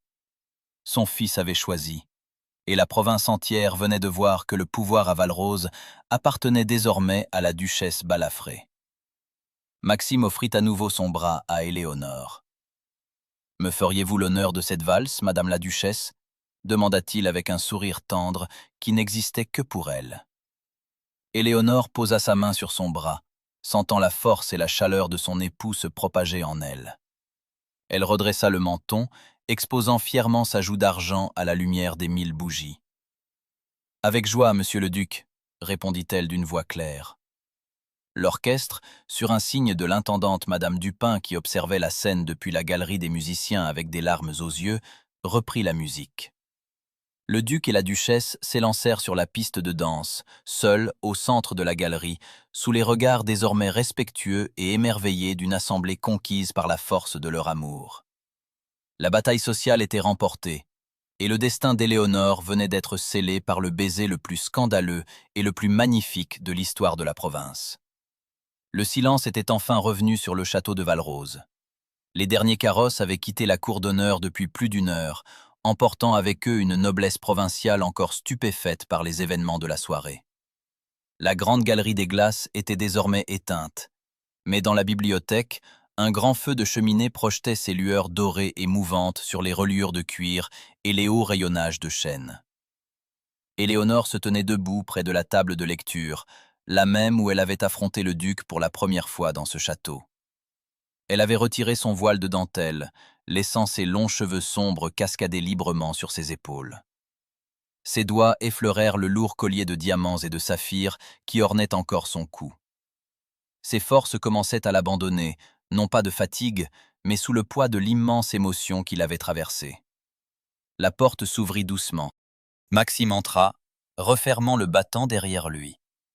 Il avait retiré sa veste de cérémonie galonnée d'argent et portait une simple chemise de lin blanc dont les manches étaient légèrement retroussées. Ses traits, si souvent figés dans une sévérité royale, s'adoucirent instantanément en l'apercevant. « Ma mère a annoncé son départ pour Paris dès l'aube », dit-il d'une voix basse et calme, qui sembla envelopper la pièce d'une intimité protectrice. « Elle sait qu'elle n'a plus sa place ici, et Clara de Voisin est déjà loin sur la route de la capitale. » Éléonore tourna la tête vers lui, son profil gauche baigné par la lumière du feu. La cicatrice d'argent parut presque douce sous cette lueur. « Je ne voulais pas diviser votre famille, Maxime, » murmura-t-elle.